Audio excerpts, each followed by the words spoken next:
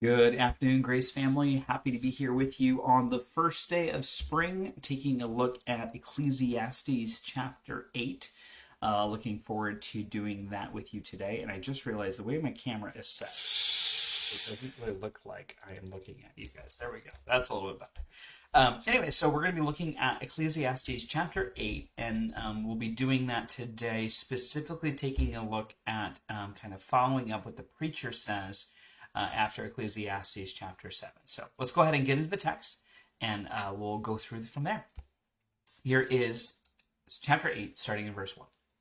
Who is like the wise, and who knows the interpretation of a thing? A man's wisdom makes his face shine, and the hardness of his face is changed. I say, keep the king's command, because the Lord's oath to him. Be not hasty to go from his presence. Do not take your stand in an evil cause, for he does whatever he pleases. For the word of the king is supreme, and who may say to him, what are you doing? Whoever keeps the command will know no evil thing, and the wise heart will know what is proper time in the just way. For there is a time and a way for everything, although man's trouble lies heavy on him. For he does not know what is to be, or who can tell him how it will be.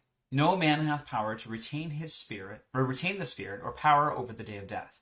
There is no discharge from war, nor will wickedness deliver those who are given to it. All this I observed while applying my heart to all that is done under the sun, when man had power over man to his hurt. Then I saw the wicked buried. They used to go in and out of the holy place, and they were praised in the city where they had done such things. This is also vanity, because the sentence against the evil deed is not executed speedily, and the heart of the children of men is fully set to do evil. Though a sinner does evil 100 times and prolongs his life, yet I know that it will be well with those who fear the Lord, because they fear before him. But it will not be well with the wicked, neither will he prolong his days like a shadow, because he does not fear before God. There is a vanity that takes place on the earth, that there are righteous people to whom it happens according to the deeds of the wicked, and there are wicked people to whom it happens according to the deeds of the righteous. I say this is also vanity. And I commend joy, for men have nothing better under the sun, but to eat and to drink and be joyful. For this will go well with him in his toil, through all the days of his life, that God has given him under the sun. When I applied my heart to know wisdom, and to see the business that is done on the earth, how neither day nor night do one's eyes see sleep, then I saw all the work of God, that man cannot find out the work that is done under the sun. However much man may toil in seeking, he will not find it out. Even though a wise man claims to know, he cannot find it out. And that concludes chapter 8. So as he's concluding chapter 8 and getting into chapter 9, you may have seen it just even briefly here on the screen. The next chapter is titled Death Comes to All. That's because this is kind of where he goes next, which is where he's leading to. And again, chapter divisions are something that wasn't created until the 1200s. And even still, verse delineations wasn't until the 15 or 1600s. So, these divisions that we have, that we commonly use now, that have not always been in the text. That being said, there's some things in here specifically that I'd like to go over with you. There's some really interesting comments that Koheleth makes.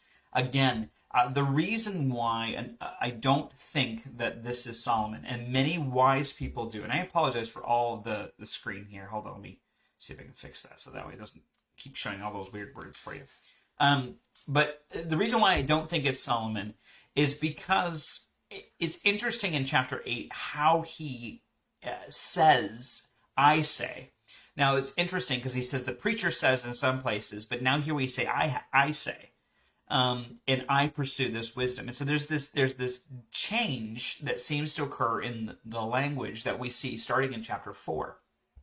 And so looking at it, notice what he says about the king. Keep the king's command because God's oath to him. Now, earlier he's talking about the oppression that he doesn't have any power over because he's not the ruler.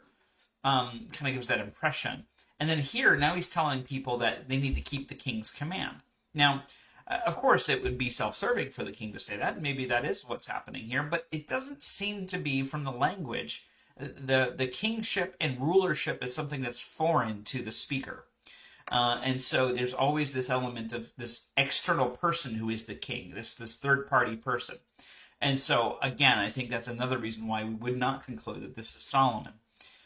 So unless this is maybe Solomon prior to him being king, some have made that argument, even though the text doesn't give us any indication of that. So chapter 8, verse 1 says, "Who is like the wise? Who knows the interpretation of the thing? A man's wisdom makes his face shine, and the hardness of his face is changed." The idea being that wise people are the ones who can know have the understanding of things and understand the reason behind things. And part of what Kohelet has been getting at is he, under the sun, cannot seem to find the answer or interpretation of anything. And that wisdom, although valuable, doesn't seem to provide the purpose and meaning that he's looking for.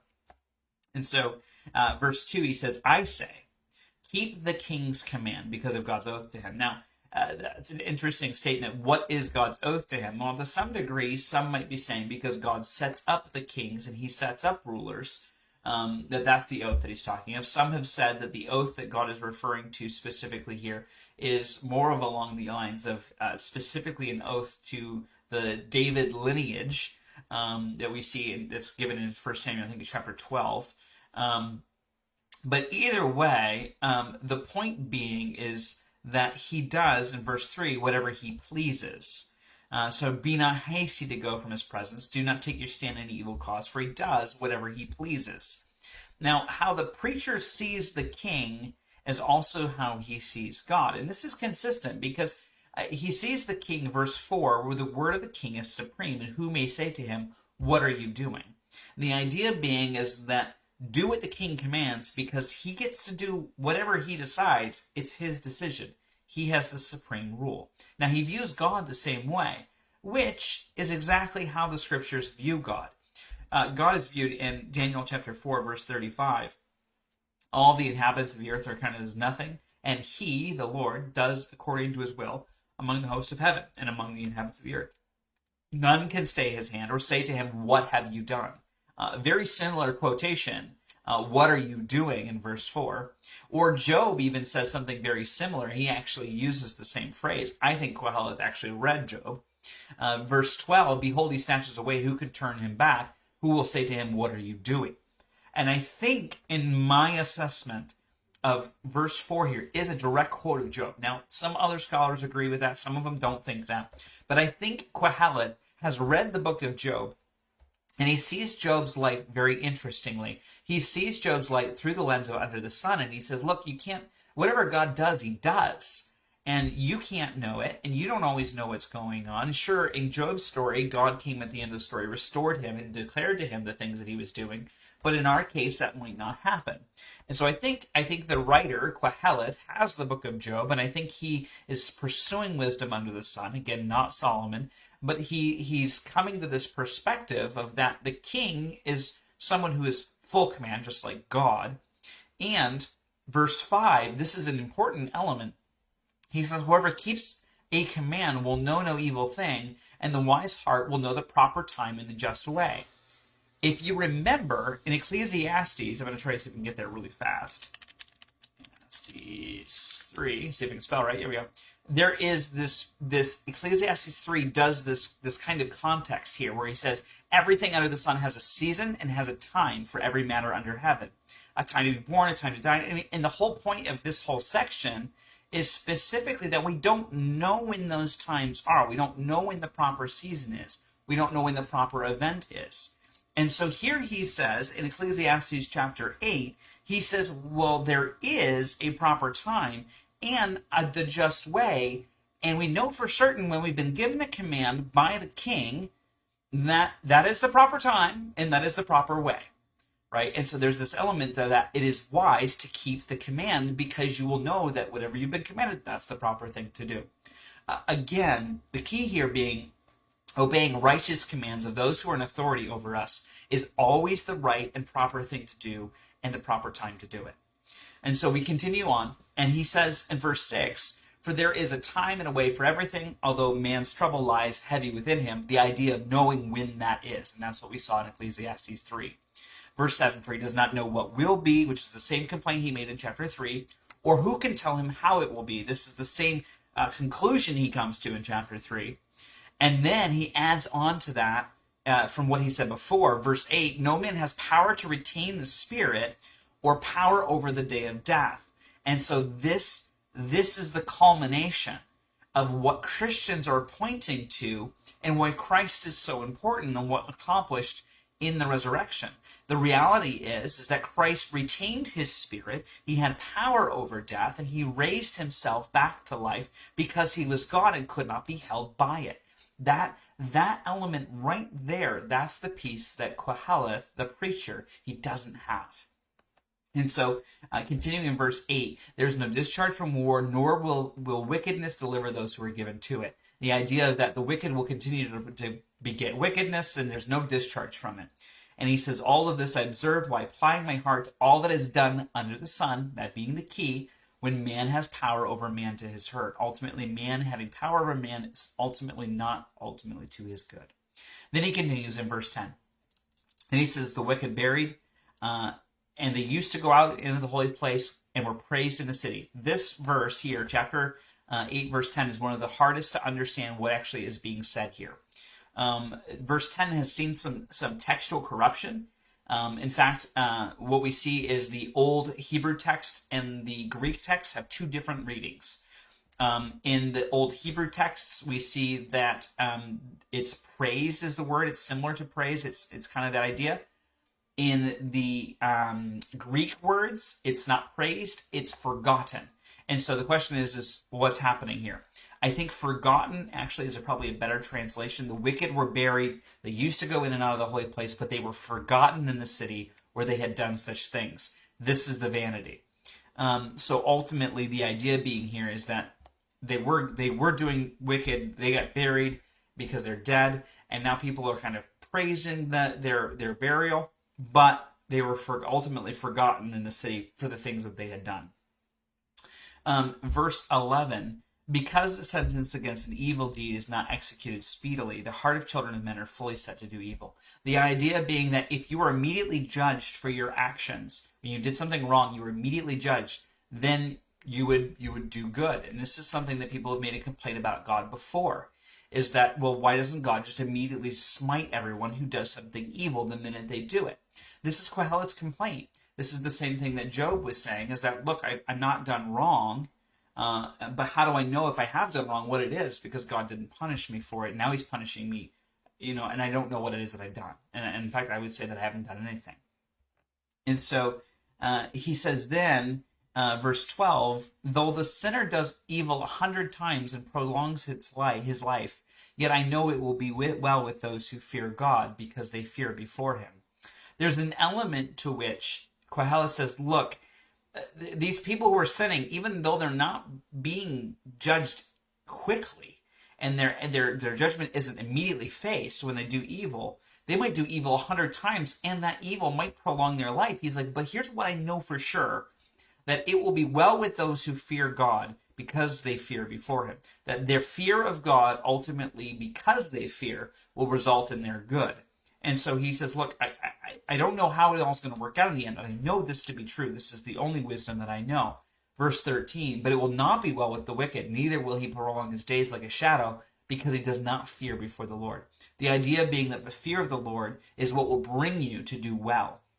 And so this is why he continues to kind of, this becomes kind of the crux and the change in the direction in Ecclesiastes specifically, right there.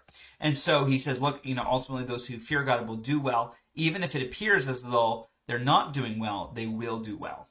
And so we continue in, man cannot know God's ways. This is where we kind of go into this last section here of chapter 8. And he says, there's a vanity which takes place on the earth, that there are righteous people to whom it happens according to the deeds of the wicked, and there are wicked people to whom it happens according to the deeds of the righteous.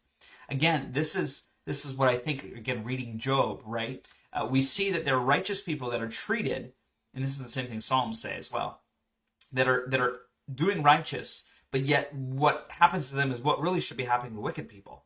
And conversely, the wicked people are happening, what should be happening to the righteous is happening to them. And so he says it's vanity. So chasing after the wind, it's meaningless. How can you possibly know what's right or wrong based upon what happens to you? Because, there's no immediate judgment. Verse 15. So what he concludes is, I commend joy. For man has nothing better under the sun but to eat and drink and be joyful. For this will go well with him in his toil through all the days of his life that God has given him under the sun. Basically, it's a carpe diem kind of statement.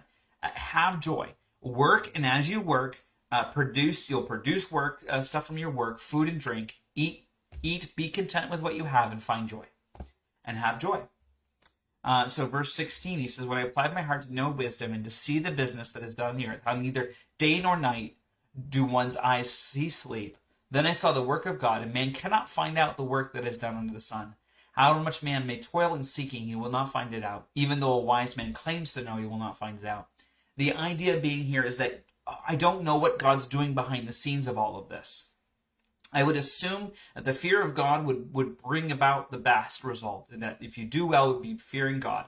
However, based on under the sun, looking at the wicked and the righteous, I can't determine what God is doing with all of this. How does any of this make any sense? And I think this is the struggle that we a lot of times face as we look at the world around us. We go, God, how does this work? How does this bring you glory? How is this good? How does this bring about all of the good that you've declared? Like, it doesn't make sense to me under the sun from the perspective of everything I can see. And that's what Koheleth is saying.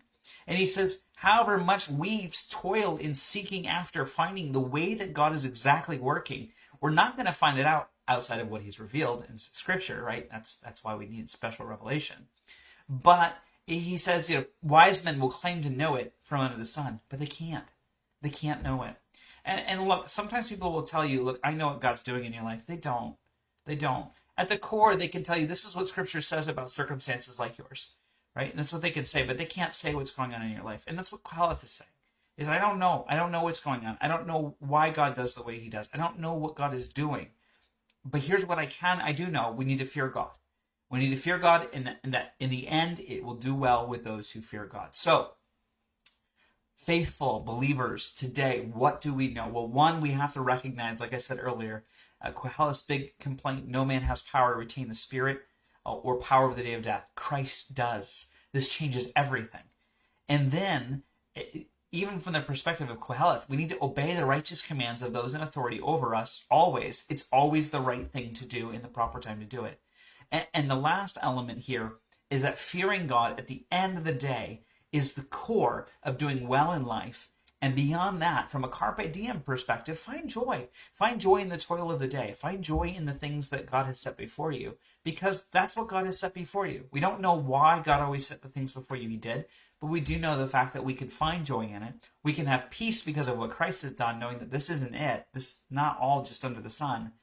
And we know the proper time and the things to do based on what we're told to do by people in authority over us. So that's what we've got from Ecclesiastes chapter 8. You know, a lot there in that section. Feel free to read it over again if you'd like. And we'll take a look at chapter 9 tomorrow, which Koheleth is a little bit of a panic attack, I think, in my impression. So anyways, God bless you all. Have a great rest of your Monday. Enjoy the first day of spring. And I look forward to seeing you again tomorrow. God bless.